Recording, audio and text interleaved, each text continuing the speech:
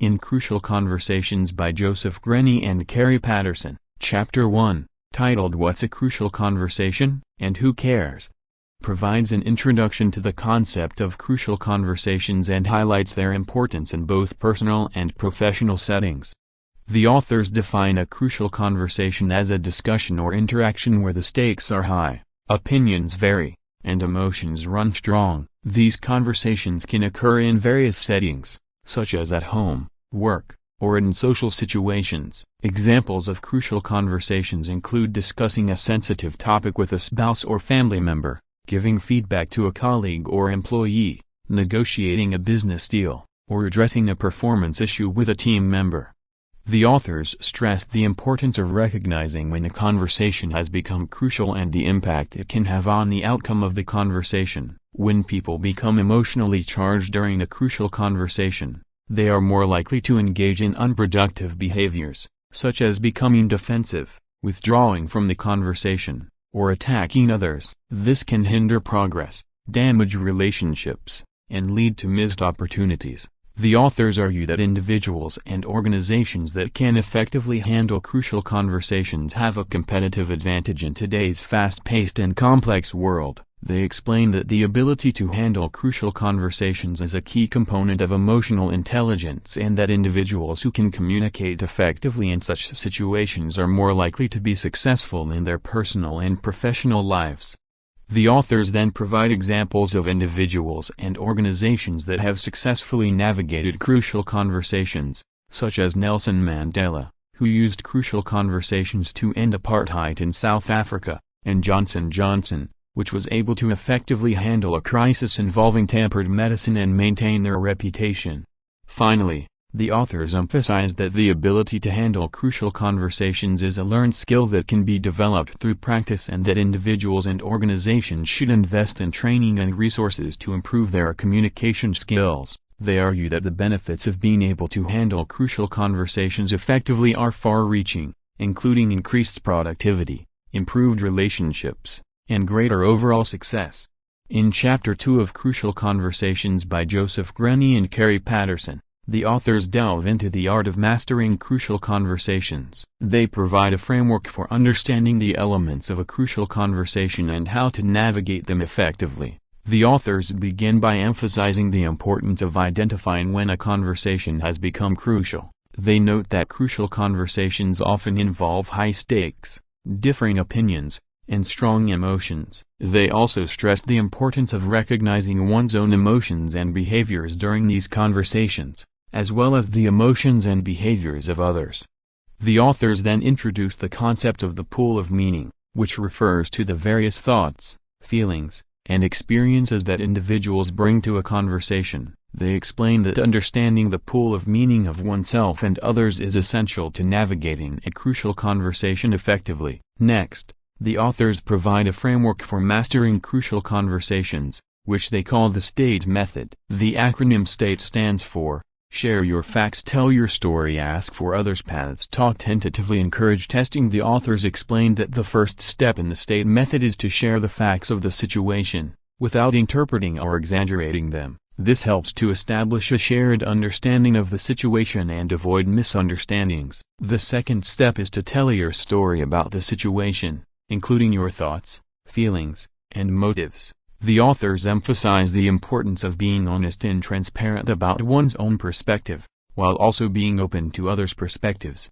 The third step is to ask for others' paths, or their thoughts and feelings about the situation. This helps to validate their perspective and build empathy. The fourth step is to talk tentatively, using phrases such as "I think" or "I feel," rather than making absolute statements or accusations. This helps to avoid defensiveness and promote a productive dialogue. The fifth and final step is to encourage testing, or inviting others to share their thoughts and feelings openly and honestly. This helps to ensure that all perspectives are heard and considered. The authors also provide tips for applying the STATE method effectively, such as practicing active listening, using I statements, and avoiding negative labels or judgments.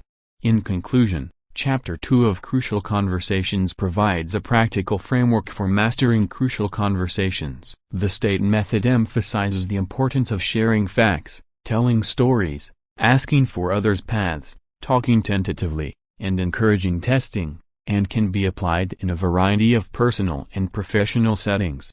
In Chapter 3 of Crucial Conversations by Joseph Grenny and Kerry Patterson, the authors introduce the concept of starting with heart, which refers to staying focused on what you really want in a crucial conversation. They argue that starting with heart is essential to navigating a conversation effectively and achieving one's desired outcome. The authors begin by explaining that starting with heart involves understanding one's own motives and goals in a conversation. They stress the importance of identifying one's underlying concerns, such as a desire for respect, safety, or fairness, and using those concerns as a guide for the conversation. The authors also introduce the concept of the fool's choice, which refers to the false dichotomy that individuals often face in a crucial conversation. For example, an individual may feel that they must either speak their mind and risk damaging a relationship, or stay silent and avoid conflict. The authors argue that starting with heart involves identifying and challenging the fool's choice to find a more productive solution. The authors provide several tips for staying focused on what you really want in a crucial conversation, including: reframe the conversation. The authors suggest reframing the conversation as a shared problem to be solved, rather than a battle to be won. This can help to shift the focus from blaming others to finding a mutually beneficial solution. Use contrasting. Contrasting involves acknowledging the concerns of others while also clarifying one's own position. This can help to prevent misunderstandings and defensiveness. Watch for signs of losing heart. The authors caution against becoming defensive, withdrawing, or attacking others during a conversation. They suggest recognizing and addressing these behaviors to stay focused on what is important. The authors also provide examples of individuals who have successfully started with heart in crucial conversations, such as Martin Luther King Jr., who used his desire for equality and justice to drive his conversations about civil rights, and Anne Mulcahy, who used her desire for teamwork and shared success to turn around Xerox Corporation. In conclusion, Chapter 3 of Crucial Conversations emphasizes the importance of starting with heart in a crucial conversation. This involves understanding one's own motives and goals, identifying and challenging the fool's choice, and staying focused on what is important. The authors provide several practical tips for staying focused on what you really want, and highlight the benefits of doing so in personal and professional settings. In Chapter 4 of Crucial Conversations by Joseph Grenny and Kerry Patterson, the authors introduce the concept of learning to look, which involves noticing when safety is at risk in a crucial conversation. They argue that recognizing signs of safety problems is crucial to maintaining a productive and effective conversation. The authors begin by explaining that safety is a fundamental need in any conversation, and that individuals are likely to become defensive or aggressive when they feel unsafe. They also note that safety problems can arise from a variety of sources, such as physical danger, fear of exclusion, fear of disrespect, or fear of harming relationships. The authors provide several tips for learning to look for safety problems in a conversation, including: watch for silence or violence. The authors suggest that silence and violence are two common signs of safety problems. Silence can indicate that individuals feel unsafe expressing their thoughts or feelings, while violence can indicate that individuals feel threatened or attacked. Look for clever stories. The authors note that individuals may use clever stories to avoid confronting safety problems directly. These stories may include blaming others, rationalizing behavior, or making excuses. Recognize the role of emotion. The authors stressed the importance of recognizing and addressing emotions in a conversation, as emotions can often signal safety problems. They suggest using empathy and active listening to validate others' emotions and address safety concerns. The authors also provide examples of individuals who have successfully learned to look for safety problems in crucial conversations, such as a nurse who recognized a safety problem in a hospital and spoke up to prevent harm, and a CEO who addressed safety concerns in a company to promote open communication and collaboration. In conclusion, Chapter 4 of Crucial Conversations highlights the importance of learning to look for safety problems in a crucial conversation. By recognizing signs of safety problems, individuals can address underlying concerns and maintain a productive and effective conversation. The authors provide several practical tips for learning to look, and emphasize the benefits of doing so in personal and professional settings. In Chapter 5 of Crucial Conversations by Joseph Grenny and Kerry Patterson, the authors introduce the concept of making it safe, which involves creating a safe and supportive environment for a crucial conversation. They argue that making it safe is essential to promoting open and honest communication, and reducing defensiveness and aggression. The authors begin by explaining that creating safety requires addressing both physical and emotional concerns. Physical safety may involve ensuring privacy, eliminating distractions, or addressing any potential threats. Emotional safety may involve validating others' feelings and concerns, expressing respect and civility, and establishing mutual purpose. The authors provide several tips for making it safe in a crucial conversation, including, apologize for your role. The authors suggest that apologizing for any role you may have played in creating safety concerns can help to diffuse defensiveness and promote open communication. Use contrasting. Contrasting involves acknowledging the concerns of others while also clarifying your own position. This can help to prevent misunderstandings and defensiveness. Avoid using threats or ultimatums. The authors caution against using threats or ultimatums, as these can create safety concerns and increase defensiveness. Watch for signs of safety problems. The authors stress the importance of recognizing and addressing safety problems in a conversation, as these can quickly escalate and derail a productive discussion. The authors also provide examples of individuals who have successfully made it safe in crucial conversations, such as a manager who apologized to a team member for creating a hostile work environment, and a husband who validated his wife's concerns before expressing his own.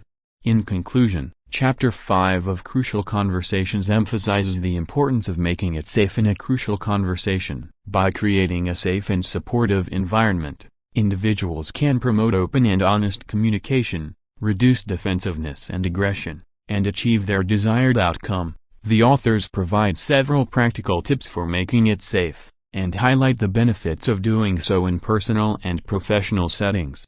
Chapter 6 of Crucial Conversations by Joseph Grenny and Kerry Patterson introduces the concept of master my stories, which involves understanding how our interpretations of events shape our emotional reactions and influence our behavior during crucial conversations. The authors argue that becoming aware of our stories can help us stay in dialogue and prevent us from getting defensive or aggressive when emotions are high.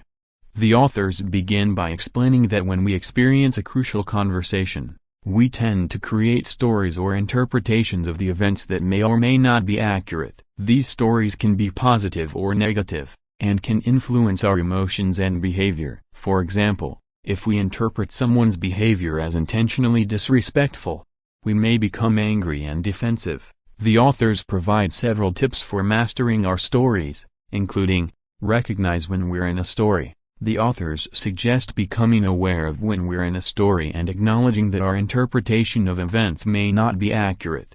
Separate facts from stories. The authors stressed the importance of separating facts from stories and focusing on the objective details of the situation.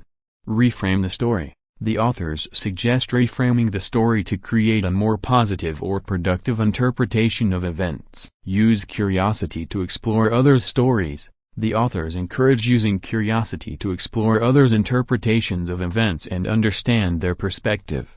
The authors also provide examples of individuals who have successfully mastered their stories in crucial conversations, such as a manager who reframed a negative story about an employee's behavior and was able to address the issue in a productive and respectful manner.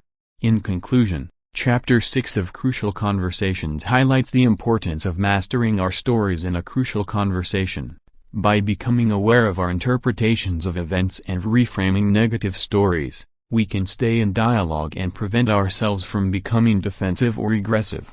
The authors provide several practical tips for mastering our stories, and emphasize the benefits of doing so in personal and professional